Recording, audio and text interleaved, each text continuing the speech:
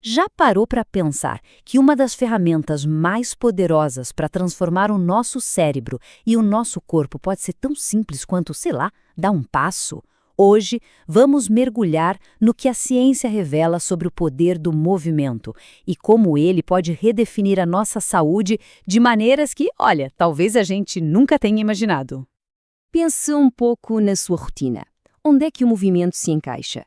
Não importa se é um hábito diário ou algo que fica sempre para depois. Juntos vamos descobrir porque a atividade física é um verdadeiro game changer para o corpo e principalmente para a mente. Então, para começar, vamos falar sobre a nossa armadura física. O primeiro grande benefício do exercício é que ele funciona literalmente como um escudo poderoso que protege o nosso corpo contra algumas das doenças mais sérias que existem. E essa proteção é vasta, viu? Praticar exercício regularmente não é só bom, é uma defesa ativa. Reduz drasticamente o risco de doenças do coração, de condições neurodegenerativas como Parkinson e Alzheimer, de diabetes e até de vários tipos de cancro. É sem dúvida uma das estratégias de prevenção mais eficazes que a ciência conhece. Mas os benefícios não param nos músculos e no coração, de jeito nenhum. Agora, vamos mudar o foco para o nosso centro de comando, o cérebro. O que o movimento faz pela nossa mente é, para dizer o mínimo, fascinante. Tem um conceito incrível aqui: neurogênese. Pense nisso como a capacidade do cérebro de criar novos neurónios, novas células cerebrais ao longo da vida. E sabe qual é um dos maiores impulsionadores disso? Pois é, o movimento. A atividade física estimula ativamente esse processo de renovação cerebral. E qual o resultado direto disso? Bem, uma das áreas mais afetadas é o hipocampo. Pense nele como se fosse o botão de guardar do cérebro para memórias e aprendizagem.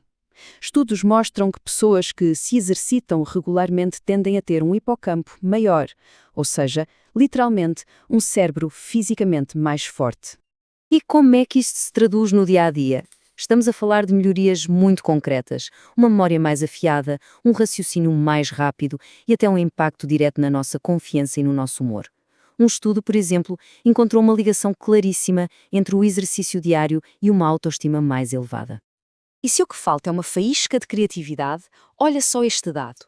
Uma pesquisa descobriu que uma simples caminhada pode aumentar a produção criativa em 60%. 60% é um impulso extraordinário para resolver aquele problema difícil ou ter uma ideia nova. Vamos agora focar nos benefícios diretos para o bem-estar mental. O exercício físico é uma ferramenta potentíssima para acalmar a mente, reduzir o stress e melhorar o nosso estado psicológico geral. E o melhor de tudo, não é preciso um compromisso gigante. Essa ideia é fundamental. Mesmo uns poucos minutos de movimento podem ter um impacto psicológico real. Numa situação de stress no trabalho, por exemplo, uma caminhada de 5 minutos pode mesmo fazer a diferença. O papel do exercício na saúde mental é tão importante que hoje ele é visto de duas formas, como um protetor, que ajuda a prevenir a depressão e a ansiedade, e também como um poderoso aliado no tratamento, ajudando a aliviar os sintomas de quem já vive com estas condições. E aqui entra um detalhe interessante da investigação científica. Nós sabemos que o exercício melhora o sono e reduz o stress, mas a ordem exata desses efeitos ainda não é totalmente clara. Será que a melhoria no sono é que causa a diminuição do stress?